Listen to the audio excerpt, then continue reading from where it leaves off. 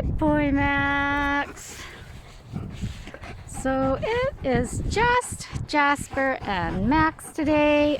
Luna is supposed to be here for her daycare, but she unfortunately has kennel cough or a flu or a virus of some kind because she's hacking at home. So I'm very thankful that her owner let me know that so that I can advise her that she does need to stay isolated. So she'll be joining us back when she's better. Yeah, because even though I guess this is, what the vet let me know. I know when I was inquiring about kennel shots is that so they still can get colds and viruses. So a dog's kennel cough is equivalent to a human flu shot. Basically, they kind of anticipate the strains that are gonna come, and then it protects them from the strains that they are aware of. And yeah, so it's basically protection, but it's not I think what I'm trying to say, one of those. It's protection, but it's not 100% prevention.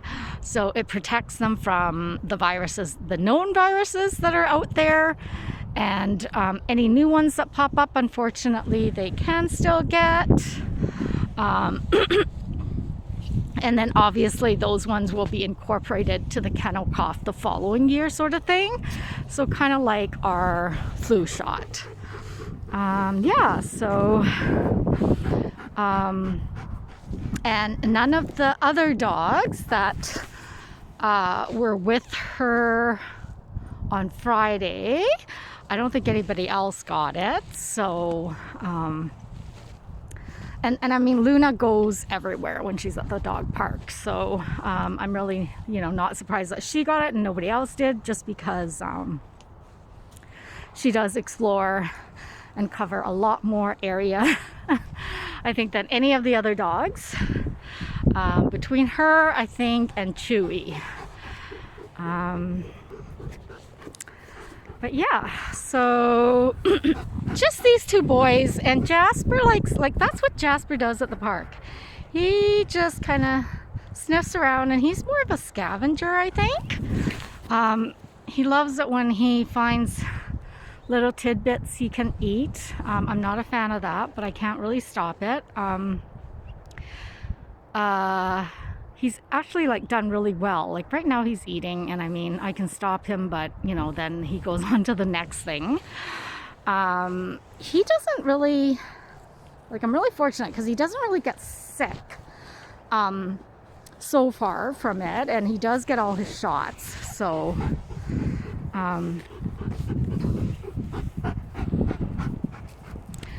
but Jasper has also been exposed to a lot. Like he's out here. Yeah, he's been out on a walk almost every day of his life, just because that's something I believe in as a dog owner. So even previous to me being a dog sitter, he did get a lot of outdoor time. We had a lake at one time, and brought him with us every time we came. I believe we brought, I'm trying to remember if we went, I'm pretty sure we bring him camping too. Yeah, we just used to bring him everywhere. But so I believe his immune system is pretty robust. That's not to say that he doesn't get sick, because he does every now and then. He does kind of either eat the odd stuff, or usually it's honestly from overeating. He'll somehow get into my food room because I forget to close the door, and he'll just stuff his stomach over the brim, not to the brim, but over, and then he gets sick from being overfull. And so Max is Max. He loves his ball, so he is happy chasing a ball all day.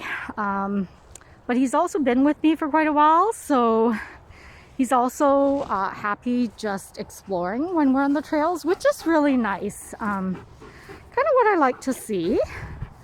Dogs that are flexible, they can go either way, so that on days like this when we're just at park, he can run out his energy.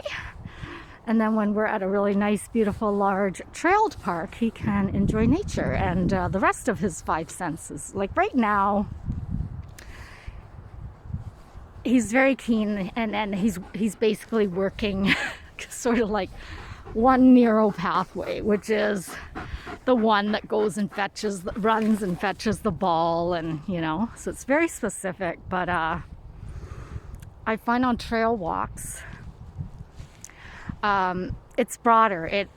How do I explain that? It travels in different neural pathways depending on what what they experience, what they're currently experiencing at the park. So whether it be like scent or sight or sound, or sometimes even feel, like the touch of different things on the ground, and then of course coming up with different creatures like squirrels and birds and other dogs and humans and stuff. So it develops their brain and their senses.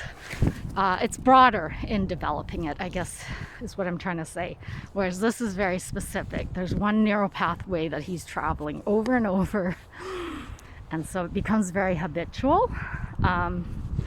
And I have seen dogs where it has become so habitual that they can be at a beautiful park, and unfortunately and kind of sadly, like that is the only thing that exists to them is the ball. So they can be at a beautiful, say, Banff or Jasper National Park. I don't know if dogs are allowed off leash there.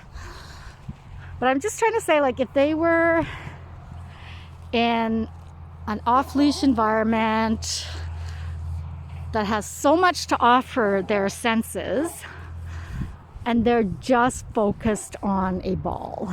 To me, I personally think that's a little detrimental. Yeah, but I guess to each his own. Everyone has their own beliefs.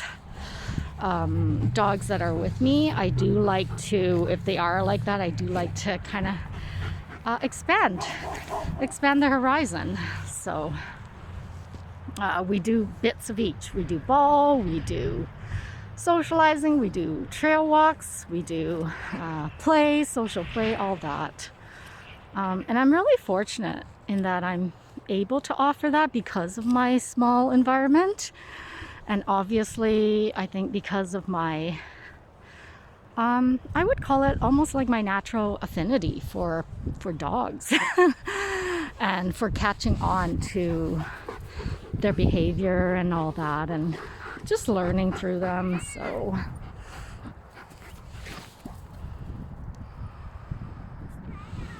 yeah.